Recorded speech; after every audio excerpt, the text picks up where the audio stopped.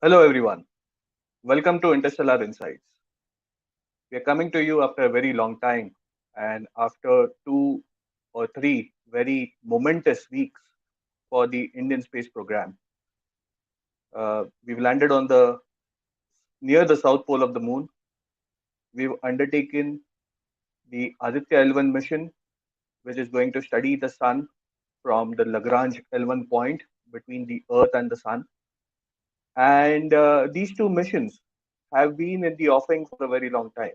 Aditya, especially, I remember very well that some of my friends who have been working on Aditya L1, they've spent almost a decade working on this particular solar observatory, solar space-based observatory, and they've taken immense pains, immense tribulations to make this mission happen.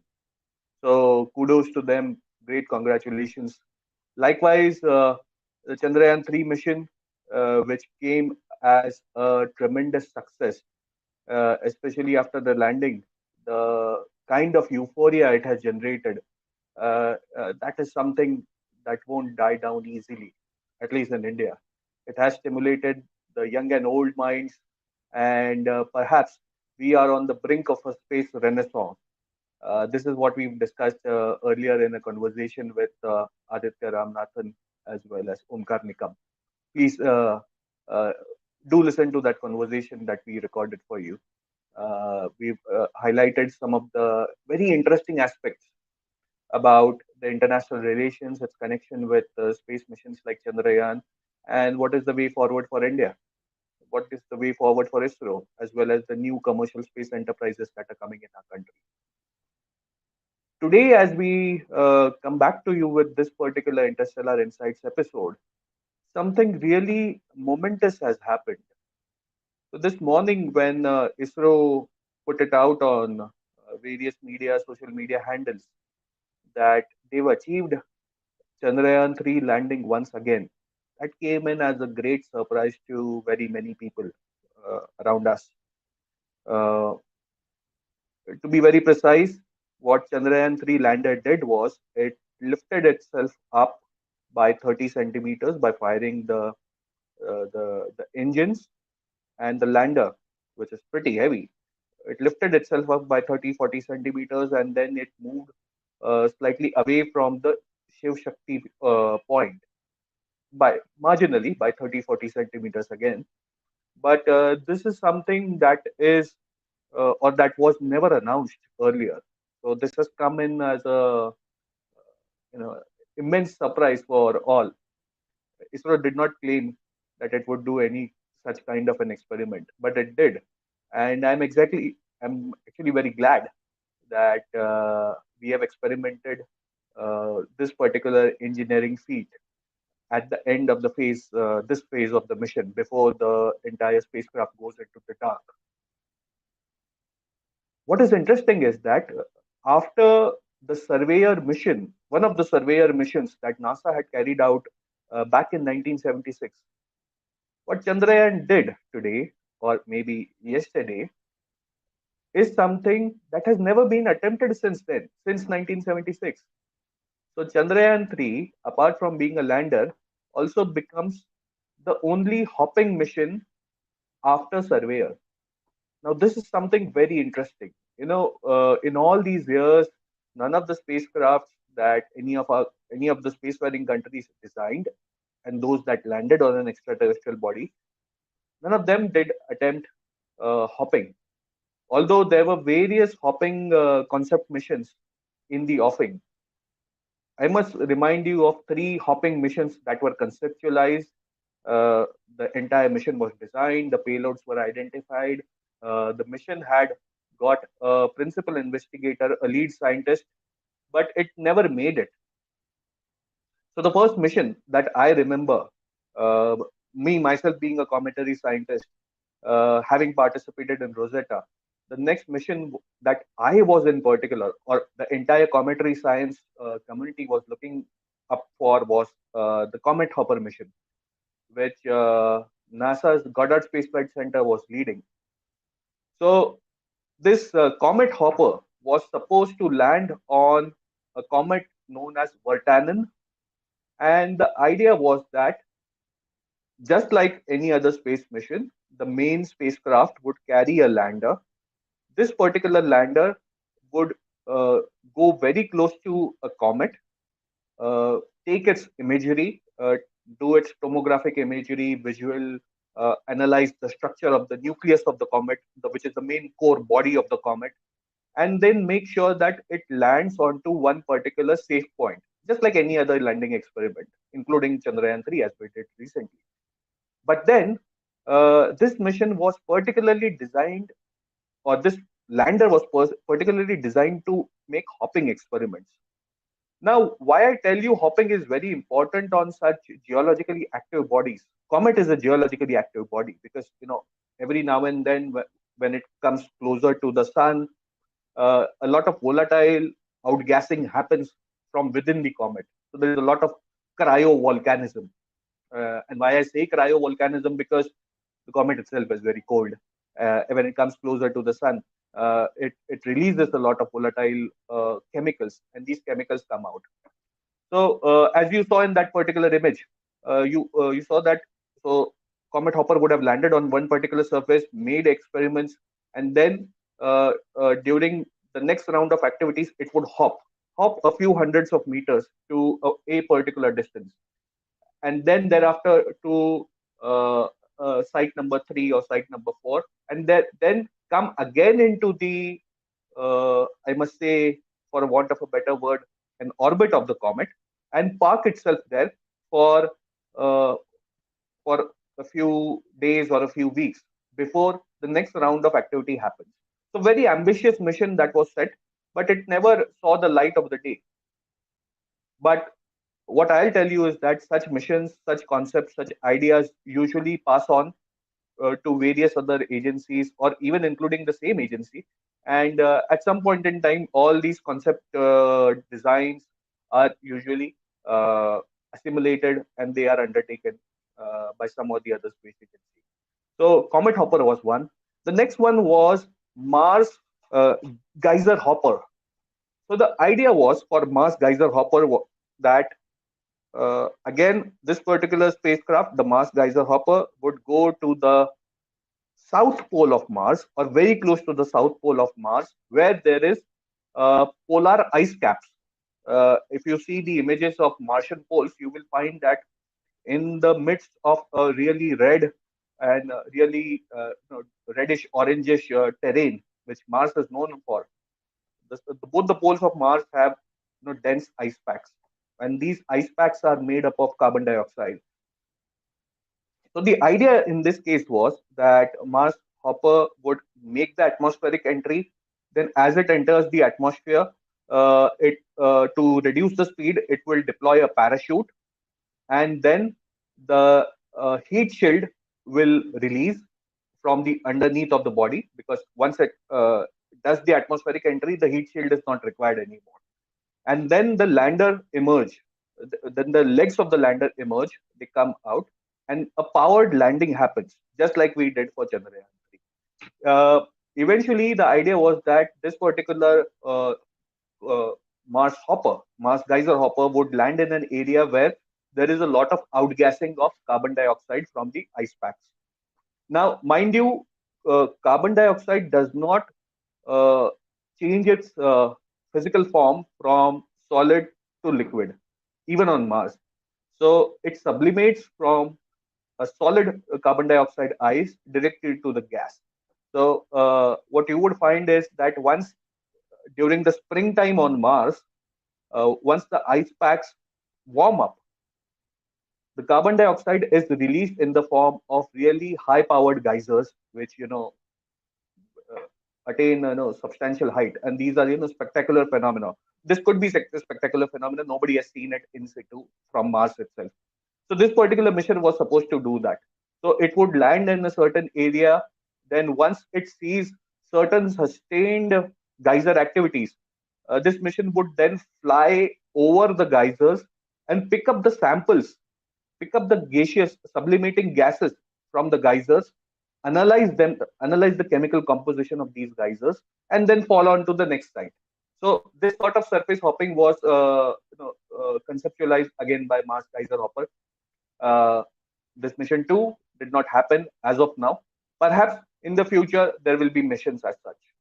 Uh, then the third mission that I'll talk about is a Triton hopper. Now, Triton is a moon of Neptune. So, Neptune being the farthest of the planets in our solar system. If you don't consider Pluto as a planet anymore, many of us don't. It's a dwarf planet now.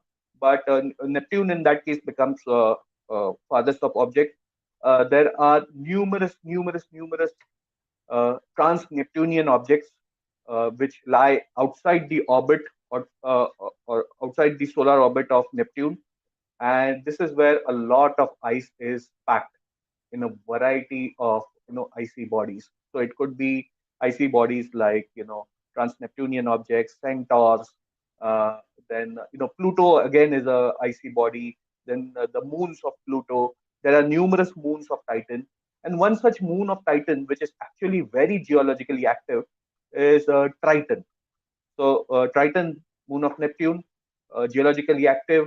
It has layers and layers of ice beneath its surface, and this ice comes out very often due to geophysical activities induced by the size of the Neptune, the gravitational pull of the Neptune, and also because of radiation and internal geophysical activities within that are happening within Triton. So, in the case of Triton Hopper, this spacecraft would fly over the geysers, the cryovolcanoes that are coming out of the surface of Triton, and pick up samples from these cryovolcanoes. See, the idea is, especially why are we interested in icy bodies, is because we want to understand what sort of ices are present all along the solar system. So, ice is very important from the point of view of astrobiology because it contains volatile organics, it contains water, and all these elements, if they are so closely packed in a solid form, and if they are sustained to irradiation, if they are exposed to solar radiation, then these ice forms can acquire certain prebiotic composition. So simple molecules getting converted into complex organics, and then from complex organics you have prebiotic life forms, and then life, and so on and so forth. So we don't know, as human beings, we don't know how does simple abiotic organic chemical, how do they get converted into such complex organics. And for that very reason, it was very important that we identify the outgassing coming out of all the moons that have oceans underneath. Triton has an ocean underneath, and if we cannot go and sample the ocean, what we can do easily is pick up the material that is consisting in the ocean, the chemicals that are consisting in the oceans, and this is very simply done by going over the cryovolcanoes. So that is indirect way of sampling the composition of the water that is present beneath it. So with these three missions, none of these three were accomplished anytime in the past. Perhaps there would be attempts made later on. Now, who would make these attempts? And coming to the question, why did ISRO hop Chandrayaan 3? What are we trying to gain? Although there is a lot of speculation that is happening that, okay, we are doing this for sample return mission, because again, for sample return, you need a probe that would go pick up samples, bring it back to the lander, and then the lander then lifts itself up, or maybe lifts a capsule uh, without the legs, and this capsule then again goes and fixes itself to the uh, to the spacecraft that is orbiting the moon, and this spacecraft then comes back to the earth and delivers the sample somewhere on the land. Perhaps that could be one. Number two could be that we are preparing for human spaceflight to the moon, because if you really want to take humans to the moon, you really also want them to bring them back. So in that case, retrofiring from the surface of the moon becomes very important. But the third thing that is more doable, practical, at least in imminent, the, uh, the imminent Chandrayaan missions, would be hopping on the surface of the moon. I still feel that sample return is at least a couple of missions away. There might be a few in situ missions that India might be planning. So before that, there might be a hopping mission. So if Chandrayaan 3 has hopped for merely 30, 40 centimeters at this point in time, we are actually testing how far can a spacecraft hop in the near future. And why would it hop on the moon? There's no need. There's no geological activity as we have discussed in the case of Comet Vatanen or Triton or Mars. Moon is relatively, inactive. There is no geological activity happening. So where would we hop and why? And that's why the title of this particular podcast, that perhaps we might hop over the lunar craters, especially those craters that are located on the south pole. If you remember, the first images that came of Pragyan rover, Pragyan very beautifully, it slid down the ramp, it started rolling on the surface of the moon. No, those were really fantastic images. And then thereafter, it was shown to us that at a few meters away from the landing site, there was a deep crater where Pragyan couldn't go. And Pragyan had to retract from that particular path and then take a different path and row around and do its experiments. With hopping, perhaps a small spacecraft, which could be just like a Pragyan lander, it could be a small hopper which descends or which emerges out of the lander. This small hopper can take flight for short altitudes and maybe a few hundreds of meters. So let's imagine if Chandrayaan 4 or Chandrayaan 5 or Chandrayaan 6, whichever it is, if, if it lands on the south pole of the moon, near the south pole of the moon again, it would want to study some of the really dark craters that are located there. And why do I say dark? Because these craters have not seen sunlight for millions and millions and millions of years. So they formed at some point in time when maybe some asteroid or some meteorite hit the moon. But after that, that particular ditch has never seen sunlight. That means in such frigid conditions, when there is so much cold in there, perhaps those craters have accumulated a lot of ice.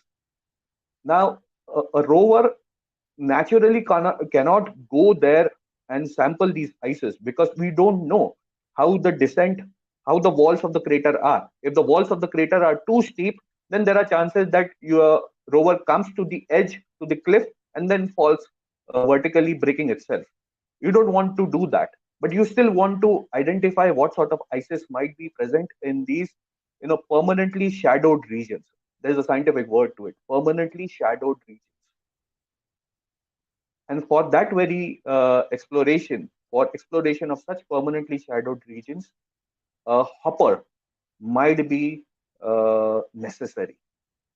And the experiment that was done yesterday or just today uh, uh, is the building block. It's the technological building block for carrying out such missions. Now you would ask, why do you want to map or study the chemical composition of these permanently shadowed regions on the moon, on the south or the north pole of the moon? The reason is very simple. You all know it very well, and it has been said n number of times that at some point in time in future, in the next 10, 20 years or so, when human beings again go to the moon, the idea would be to do in situ resource utilization.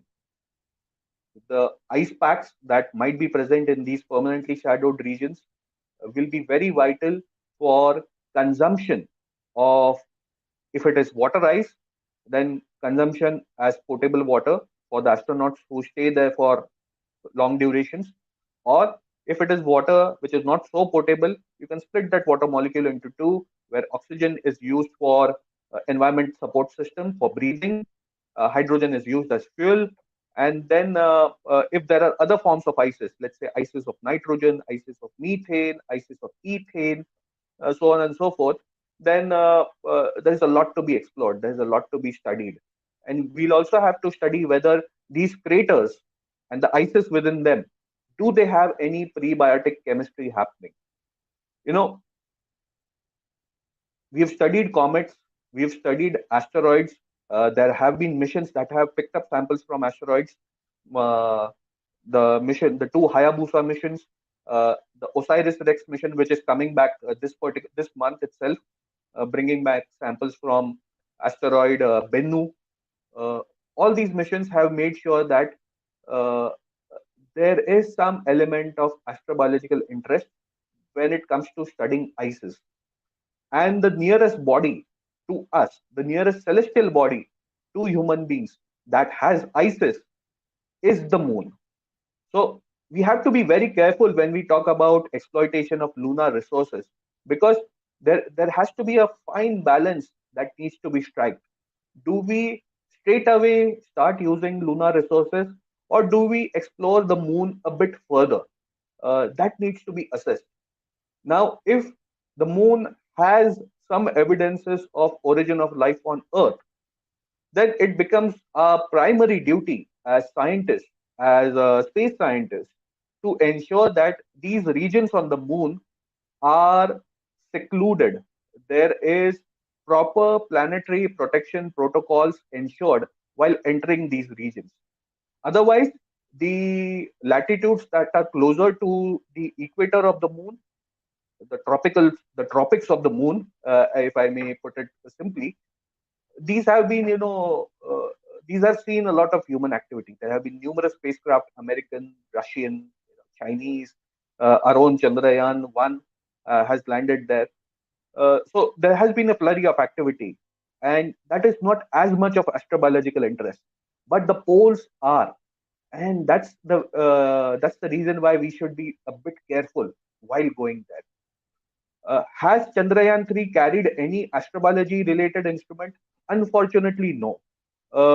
With the instruments that are present both on Pragyan as well as uh, the Vikram lander, we are more or less trying to look at the plasma interactions, the temperature variations on the surface, the temperature profile of the top few centimeters of lunar surface.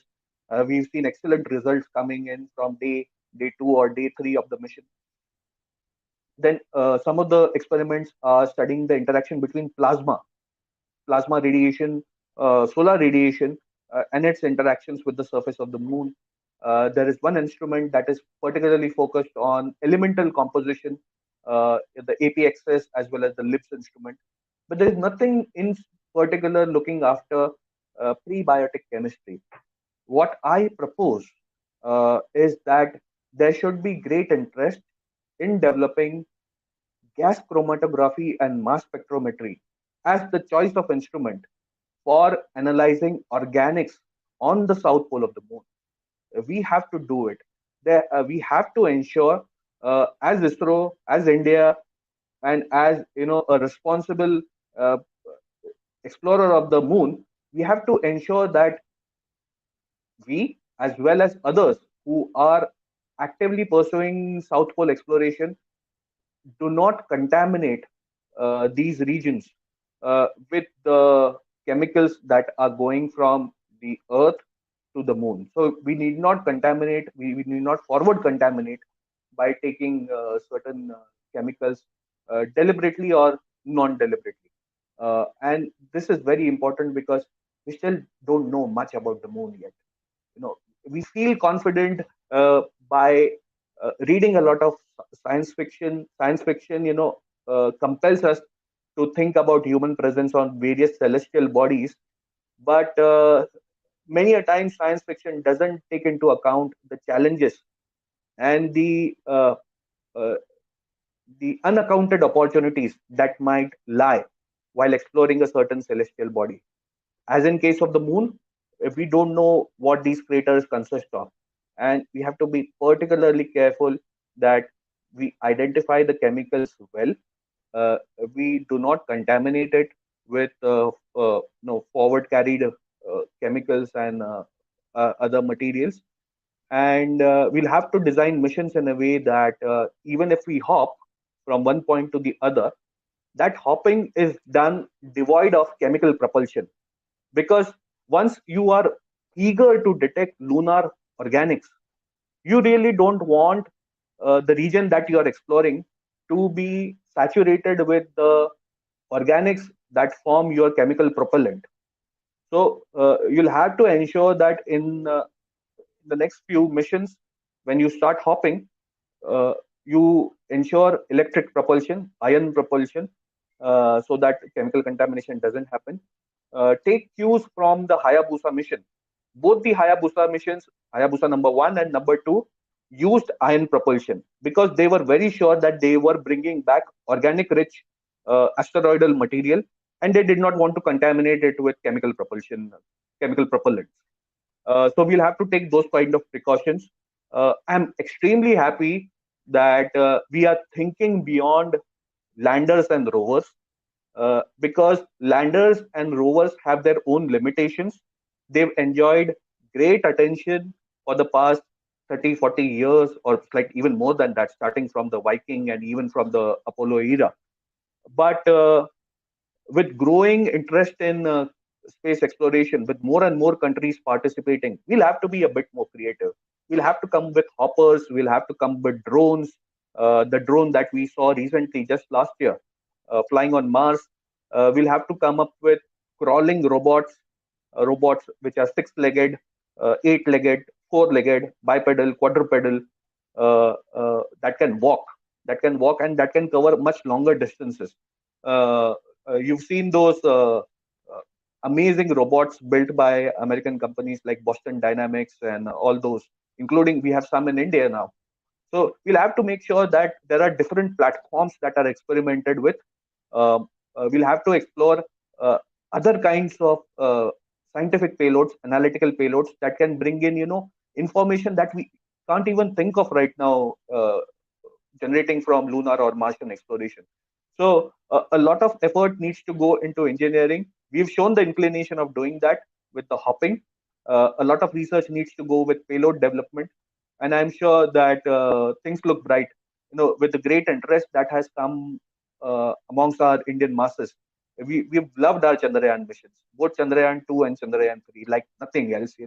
And that should give confidence enough for our scientific community, which I'm also part of it, to explore newer ways of exploring extraterrestrial bodies. Hopping certainly is one of the ways. So with this, I close today's episode. We are looking for your support. So please like this video, share this video with your friends who are interested in the space domain. They might be engineers, they might be doctors, they might be scientists, they might be basic scientists, they might be applied scientists, they might be not even from the sciences, they might be from the law field, they might be from bureaucracy, they might be policemen, policewomen. But what we are looking for is your support. We want to spread the word about space science, India's space achievements far and wide. We want to be analytical about it, we want to celebrate it, yet at the same time we want to give in ideas, and we are receptive to ideas that come from you. So please share the videos and please subscribe to our channel. We have never asked you to subscribe to this channel. Your support, your encouragement will help us record such kind of videos more often, which we intend to do now. And I hope to see you all again in the next episode of Interstellar Insights. Until then, thank you so much.